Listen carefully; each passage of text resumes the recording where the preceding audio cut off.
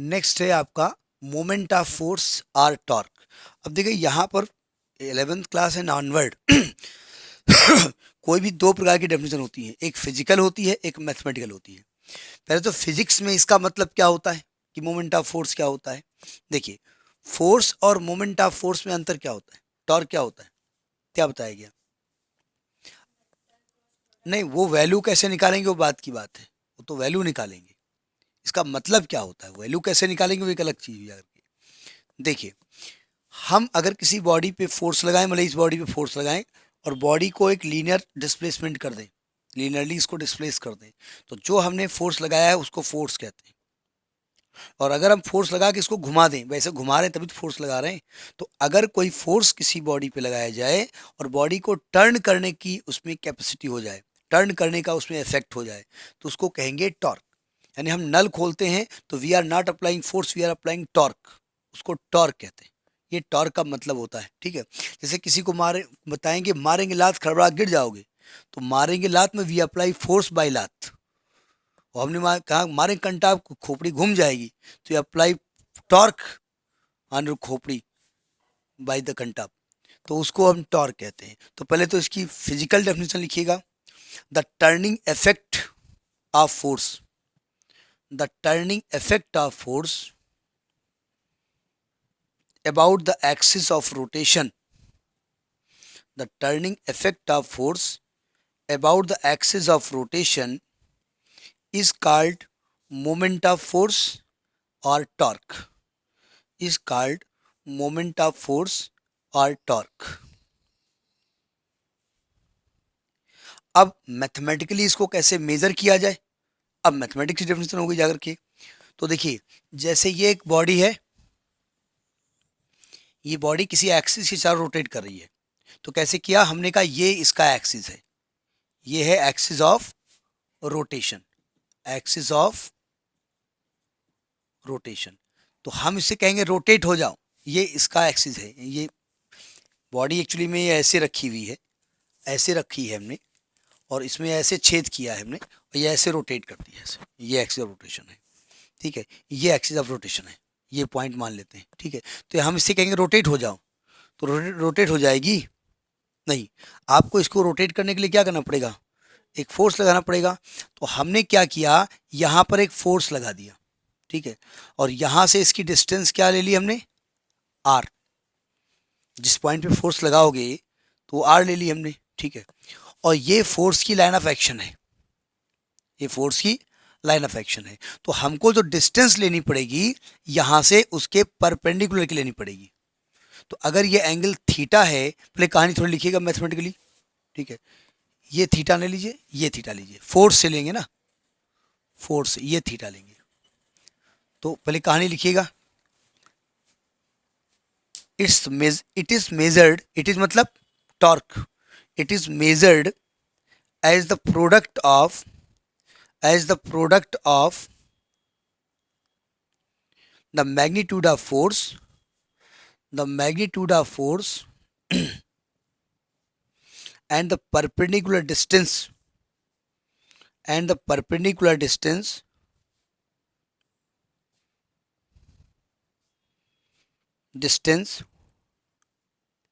between the line of action of force and axis of rotation, between the line of action of force and axis of rotation.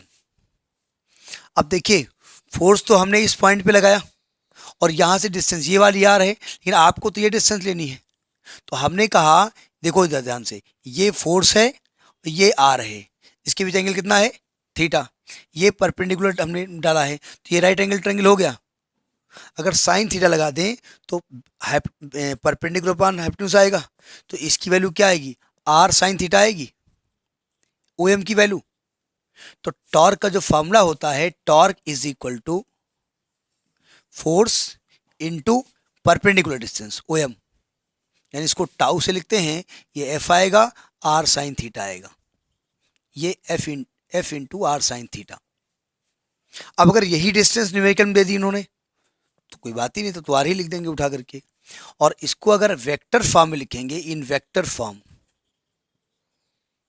Tau is equal to, इसको लिखें are cross F, ये लिखा जाता है।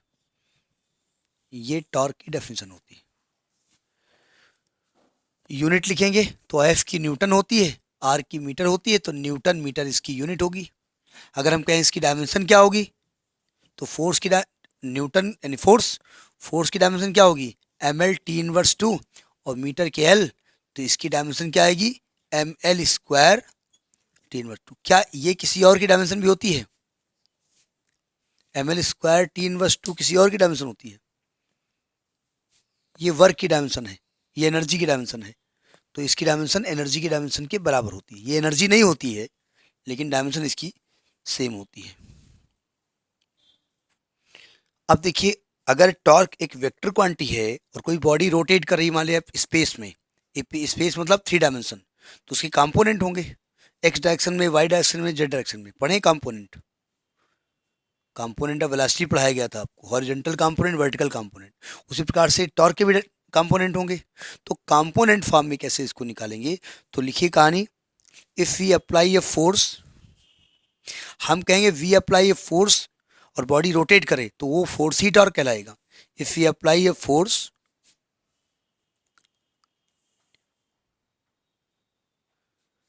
And due to this force body rotates, due to this force body rotates in 3-dimensional space, in 3-dimensional space, in 3-dimensional space, and the component of torque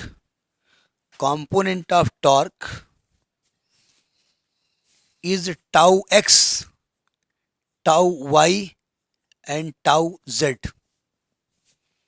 tau x, tau y and tau z along x, y and z axis respectively, along x, y and z axis respectively. Then tau कैसे लिखा जाएगा, लिखा जाएगा tau X I cap plus tau Y J cap plus tau Z K cap. Actually हमको यही निकालना है, tau x निकालना है, टाउ वाई निकालना है और टाउ जेड निकालना है। बट टाउ की वैल्यू एफ इंटू आर होती है ना, आर क्रॉस एफ होती है वेक्टर फॉर्म में, तो हमको इसी फॉर्म में निकालना है। तो देखिए, आप फॉर्मूला जानते हैं, as tau is equal to हमने पढ़ा है आर क्रॉस एफ, तो इन सबको कंपोनेंट फॉर्म में लिखो। टाउ को लिखो tau X I cap plus tau Y J cap plus tau Z K cap. R है पोजीशन वेक्टर, और पोजीशन वेक्टर की को लिखते हैं I X plus J Y plus K Z, और एफ को क्या लिखेंगे, I F X plus J F Y plus K F Z. ये होता है। इसको खोलने का तरीका क्या है, ब्रैकेट खोलने का तरीका क्या बताया गया था, ये डॉट प्रोडक्ट नहीं है, क्रॉस प्रोडक्ट है। और क्रॉस प्रोडक्ट निकालने का तरीका क्या बताया गया था, हमने बताया था, हमने कहा था डिटर्मिनेंट मेथड से निकालेंगे, याद है। आई जे के लिखेंगे, फिर यहाँ पर जो आई जे के कोफिशिएंट्स हैं यानी एक्स वाई और जेड लिखेंगे, फिर इसके कोफिशिएंट लिखेंगे एफ एक्स एफ वाई और एफ जेड लिखेंगे। इधर ये लिखा रहेगा, इससे कोई मतलब नहीं है। अब इसको ओपन करने का तरीका देखिए क्या होता है, इसको नोट करिए, ऊपर ओपन करेंगे इसको। अब देखिए, ये डिटर्मिनेंट ओपन करने का तरीका चूंकि मैथमेटिक्स में 11th क्लास में नहीं है, तो इसलिए समझना पड़ेगा। ये तो ऐसे लिखा हुआ है, tau X I cap plus tau Y J cap plus tau Z K cap. इधर देखिए, पहले आई लिखेंगे, आई लिख दिया, फिर आई जिस रो में है उसको हम काट देंगे मन में, और जिस कॉलम में उसको काट देंगे, फिर इसका इससे मल्टीप्लाई करेंगे, माइनस लगाएंगे, इसका इससे मल्टीप्लाई करेंगे, यानी यहाँ क्या आएगा, Y F Z minus Z F Y, फिर माइनस लगाएंगे, प्लस फिर माइनस, जे लिखेंगे, जे लिखेंगे, जिस रो में है काट देंगे, जिस कॉलम में है काट देंगे, इसका इससे मल्टीप्लाई करेंगे, X F Z minus Z F x, फिर प्लस के लिखेंगे, ये के लिखेंगे, ये प्लस माइनस प्लस, के जिस रो में उसको काट देंगे, कॉलम को काट देंगे, इसका इससे मल्टीप्लाई करेंगे, X F Y minus Y F X. अब चूंकि कंपेयर करना है हमको और यहाँ माइनस लगा हुआ है, इसलिए हम यहाँ से माइनस कॉमन लेंगे, तो आएगा tau X I cap plus tau Y J cap plus tau Z K cap is equal to I के साथ क्या आएगा, Y F Z minus Z F Y, यहाँ प्लस लिखे दे रहे हैं, माइनस से भी कंपेयर कर सकते हैं, फिर माइनस को ऑलरेडी अंदर ले जाना पड़ेगा, तो यहाँ पर माइनस कॉमन लेना पड़ेगा, तो क्या बन जाएगा, Z F X minus X F Z plus K साथ क्या लिखेंगे, X F Y minus Y F X. अब हम इसको दोनों तरफ कोफिशिएंट इक्वेट कर दो, इक्वेटिंग द कोफिशिएंट्स,